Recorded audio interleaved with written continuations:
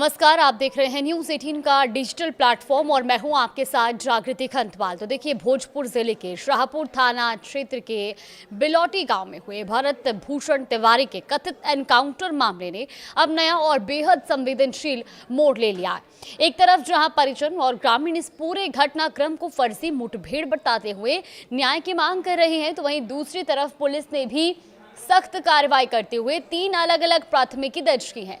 अब इन एफआईआर में मृतक भरत तिवारी के पिता काशीनाथ तिवारी, भाई चंदन तिवारी और साथ ही बिलौटी पंचायत के मुखिया बलीराम यादव समेत कई नामजद और दर्जनों अज्ञात लोगों को आरोपी बनाया गया है।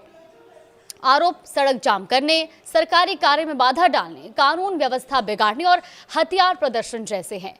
आखिर ये पूरा मामला क्या है? पुलिस और परिजनों के दावों में इतना बड़ा अंतर क्यों है?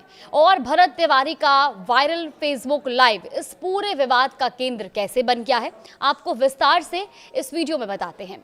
सबसे पहले घटनाक्रम पर नजर डाले थे। देखिए, पुलिस के मुताबिक 17 जून को पुलिस टीम भरत तिवारी को गिरफ्तार करने उसके घर पहुंची थी।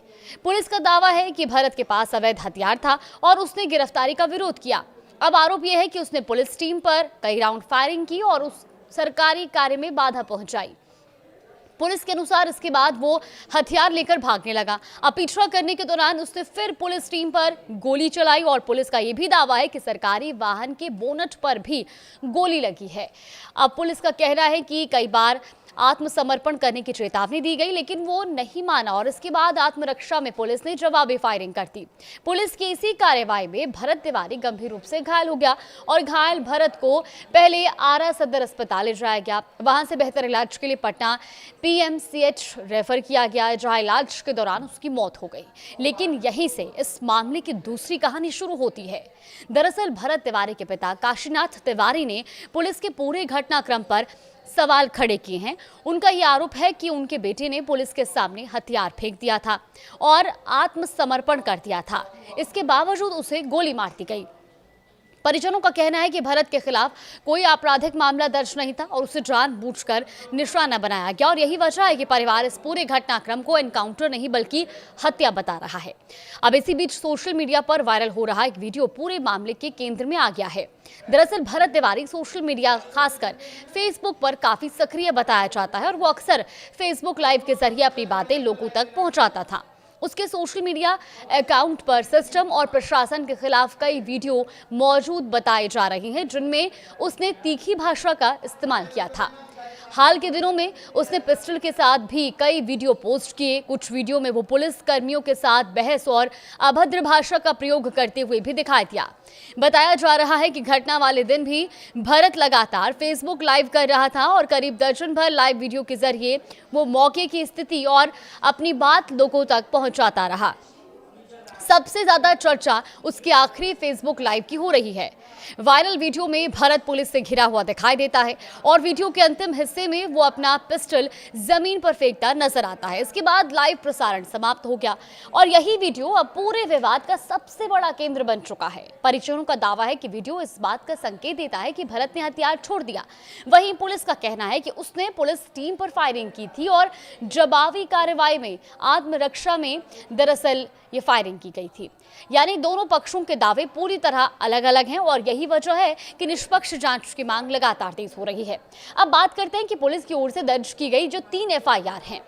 पहली प्राथमिकी सीधे भरत भूषण तिवारी से जुड़ी हुई है और इसमें उस पर अवैध हथियार रखने, पुलिस टीम पर फायरिंग करने और सरकारी कार्य में बाधा पहुंचाने का आरोप लगाया गया। इसी एफआईआर में पुलिस ने यह भी कहा कि भरत के पिता काशीनाथ तिवारी और भाई चंदन तिवारी को उसके पास अवैध हथियार होने की जानकारी थी। पुलिस का यह भी आरोप है कि दोनों उसे संरक्षण दे रहे थे और इसी आधार पर दोनों को भी आरोपी बनाया गया है।